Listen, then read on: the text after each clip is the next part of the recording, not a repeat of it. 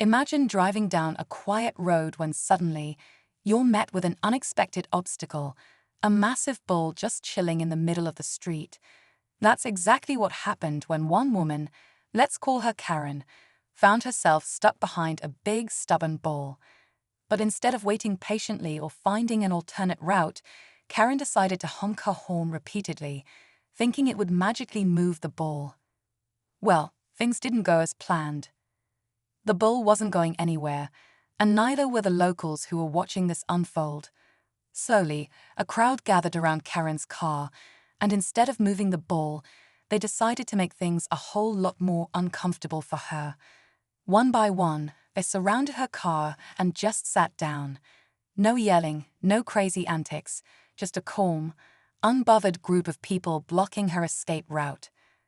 Karen, now trapped and realizing this wasn't going to be solved by her usual tactics, was left with no choice but to sit there, her horn forgotten. But what happened next? How did this standoff between a stubborn bull, some determined locals, and a frustrated Karen end? Stay tuned to find out how this epic showdown unfolded. Now, let's rewind a bit to understand why this entire situation was so bizarre. The road where this all went down was one of those quiet, rural backstreets. The kind of place where you don't expect to see much. Maybe an occasional car or someone out for a walk. It's the kind of place where people know each other and things generally move at a slower pace. But that day, everything was about to change. The bull wasn't just wandering aimlessly, it was part of a local farmer's herd, and they had a pretty good idea of where they were going. The locals had seen the bull around before, but no one expected it to cause this much chaos.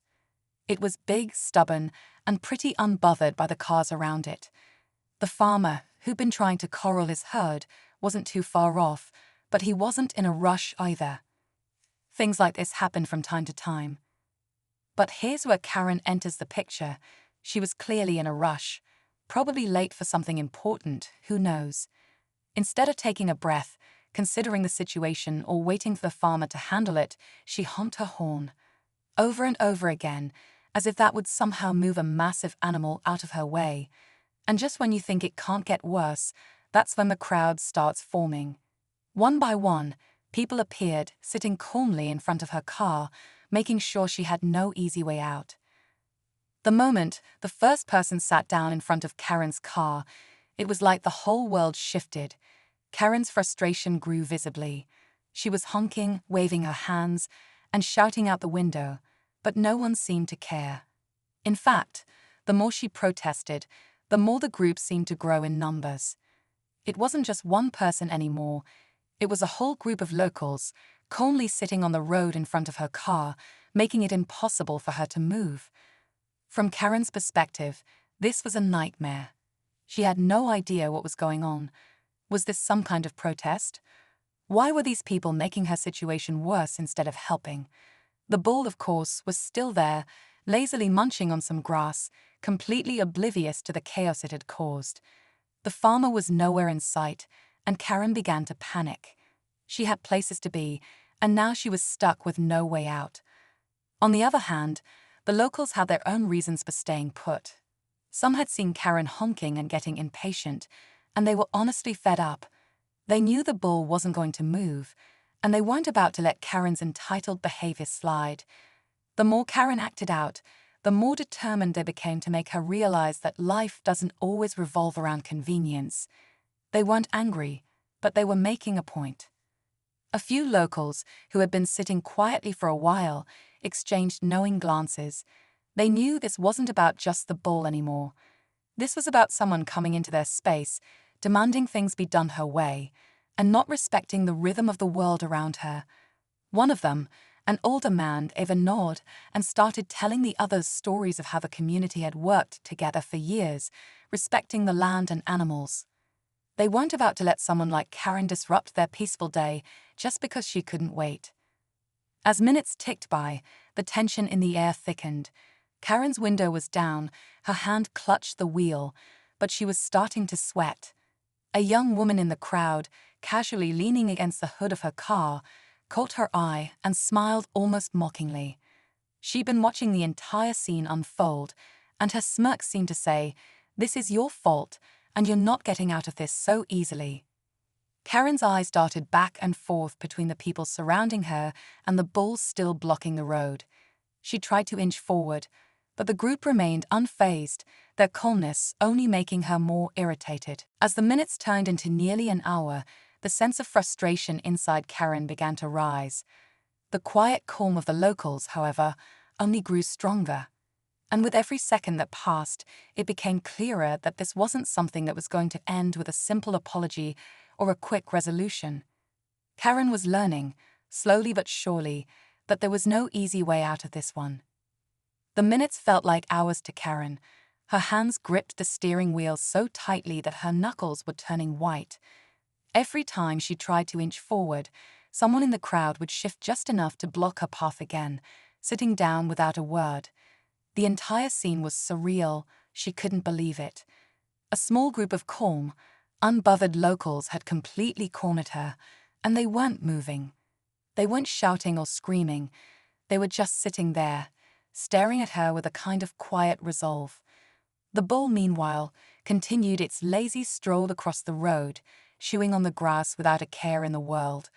Karen could feel a heat rising in her chest, a mix of anger and embarrassment, and that only made her more frantic. Her car was now surrounded on all sides by the locals, each one sitting in such a casual, nonchalant way, it felt almost like they were daring her to make the first move. She humped again, more urgently this time, but it was as if they didn't even hear it. The bull, too, didn't flinch at the noise, its massive body completely blocking the road like some kind of immovable force. Her mind raced, desperately trying to figure out a way out. Could she reverse? No, there were people behind her now. Could she speed past them?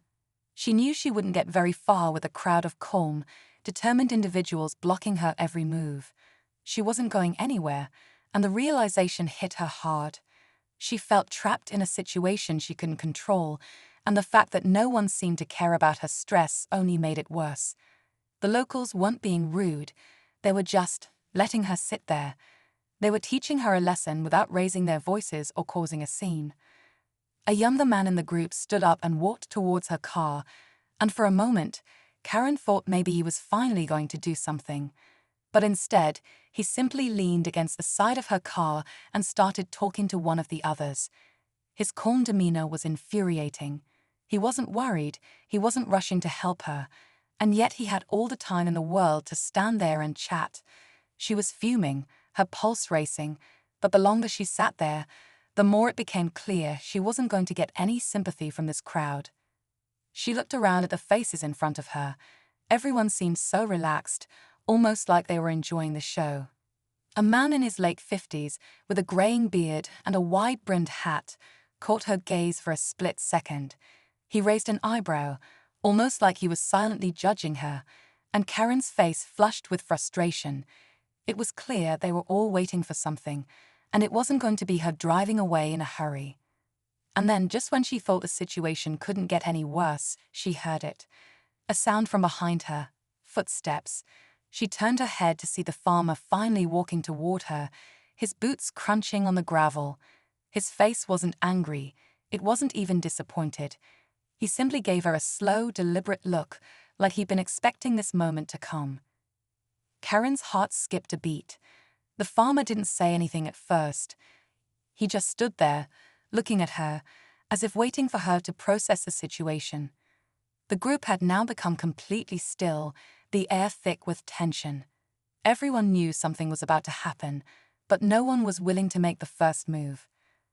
The bull, still oblivious to everything around it, took a few more steps forward, blocking the road even more.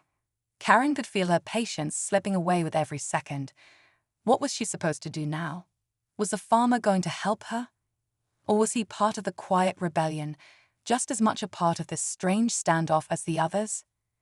The silence between them grew unbearable. Finally, after what seemed like an eternity, the farmer spoke, but his words were not what Karen had expected. He simply asked, "You in a hurry?" Karen stared at him, her face red with frustration. She opened her mouth to respond, but no words came out. The tension was so thick, She could almost taste it. The crowd, the bull, the farmer, all of it was now part of this bizarre moment. Would she be able to escape?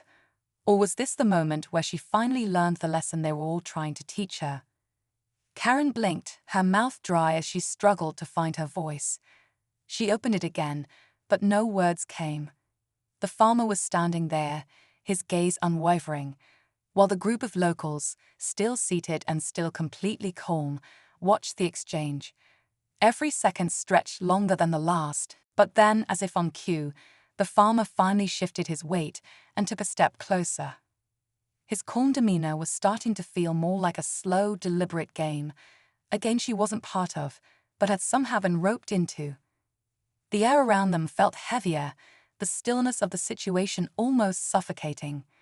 Karen thought he was going to give her some kind of answer, maybe offer a solution, but instead, he did something completely unexpected. Without a word, the farmer reached into his pocket and pulled out a small, faded whistle. He blew into it softly, the sound sharp and high-pitched in the quiet air. The response was immediate. The bull, which had been lazily munching on the grass moments ago, suddenly snapped to attention. It lifted its head, ears twitching, and turned its massive body around. And in that moment, the ground seemed to shift beneath Karen's feet.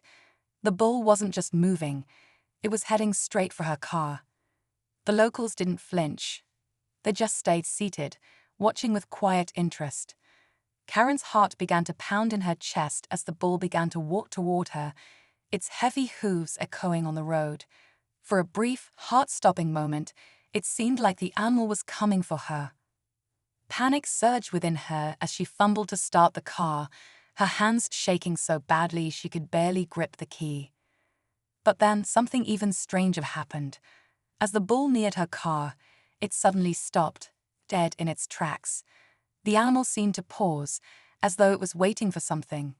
And then, to Karen's utter disbelief, the bull sat down right in front of her car, as if it had decided that this was exactly where it was meant to be. Now the bull wasn't just a roadblock. It was a symbol of everything Karen had been unwilling to understand. The locals, still calm and unbothered, exchanged looks, some nodding as if they had expected this. Karen's face turned pale. She couldn't even begin to comprehend what was happening. Was the bull waiting for something? Was this part of some strange local tradition she didn't know about? She glanced at the farmer, who was watching the scene unfold, his expression unreadable. But it wasn't just the bull that made the situation worse. As the bull settled down, a new sound cut through the air, a loud, distinct voice shouting from further down the road. Karen's eyes widened in horror. It was another vehicle. And not just any vehicle, a police car, lights flashing, coming straight toward her. Her heart skipped a beat. What was going on? Why was there a police car coming down this remote road? Was it a coincidence, or had someone actually called the authorities? The officer in the car looked bewildered as he slowed down, taking in the bizarre scene in front of him. Karen's eyes locked onto his, her mind racing with panic. Was she going to be ticketed, arrested? Or was this just another layer of chaos she'd somehow stumbled into? The officer got out of his car, standing in the middle of the road now, his eyes scanning the scene. Karen was barely able to breathe as the tension in the air grew thicker. The locals hadn't moved an inch. The bull was still sitting calmly in front of her car, and now a police officer was approaching. But what was he going to do? Would he take her side? Or was this just the beginning of something even more unexpected? The stakes were higher than ever, and Karen had no idea how much worse this was about to get. The tension between her, the bull, the locals, and the officer was about to reach a boiling point, and she had no idea how it would all end.